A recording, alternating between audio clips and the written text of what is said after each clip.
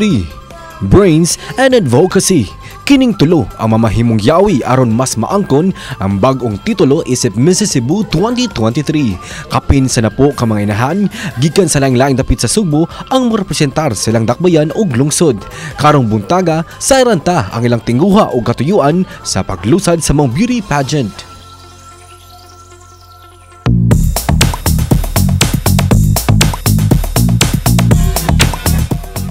Maayong buntag mga kapuso, I am Krish Reyes de GMA, representing the beautiful municipality of Hinatilan.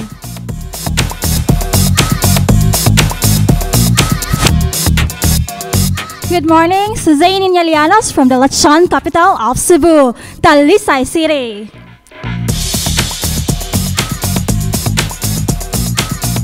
Good morning, everyone. I am Rachela Mechitandes, your Mrs. Cebu, Cebu City North.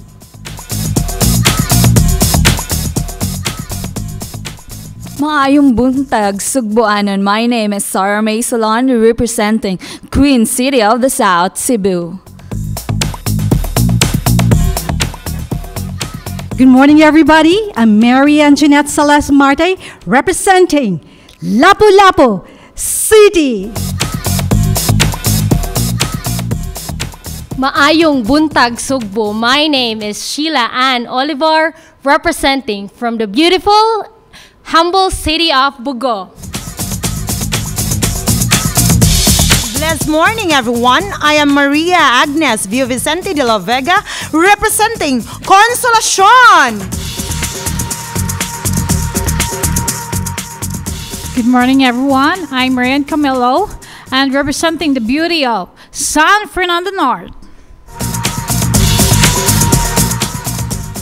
Maayong buntag Sugbo. This is Jeneline Lasaga Rigunan, representing the Torta capital of Cebu, Argao.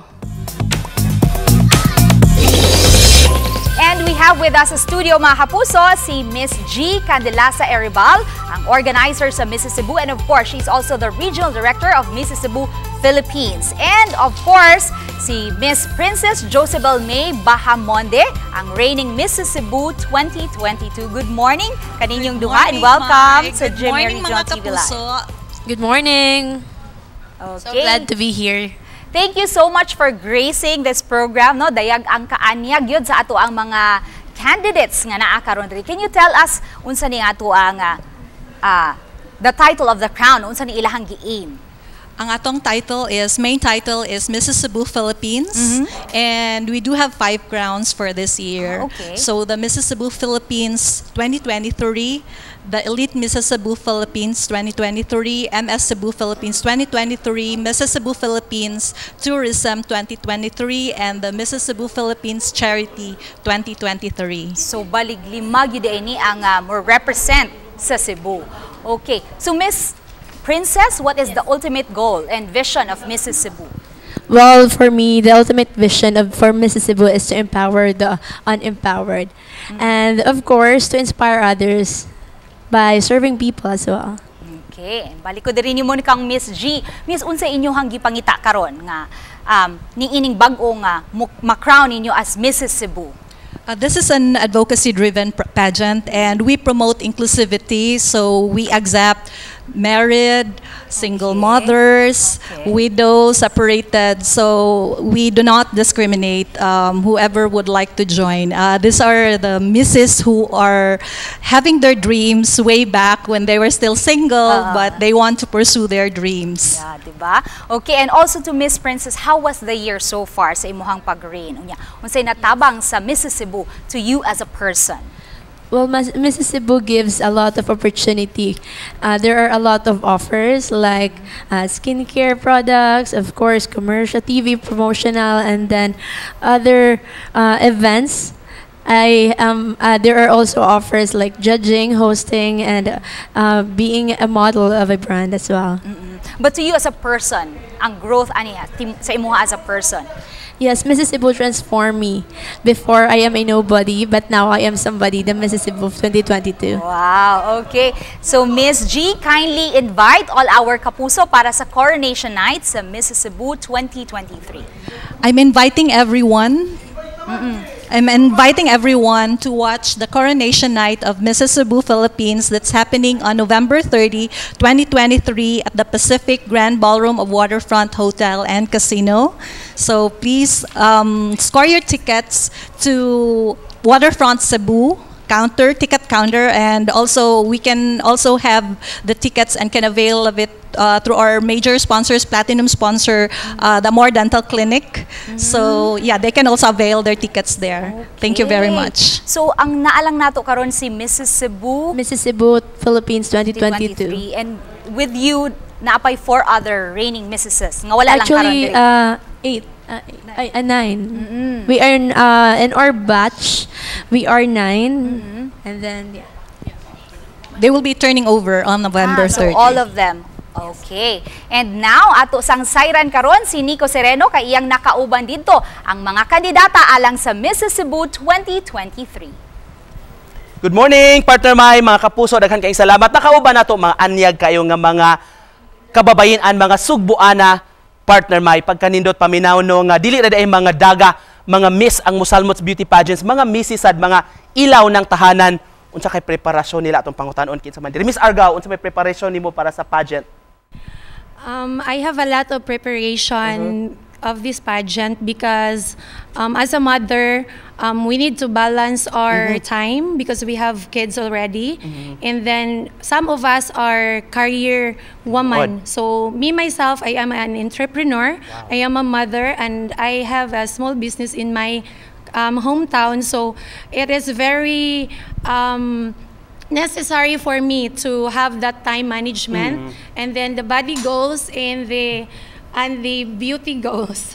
Speaking of body goals, nindot na siya paminawon, Mrs. Argao, no? Kinsa may mga body goals. Mrs. Cebu City South, unsa man pag-maintain sa imong lawas despite sa, of course, buluhaton, responsibilidad sa balay, sa pamilya, o of course, sa trabaho, sa panginabuhian.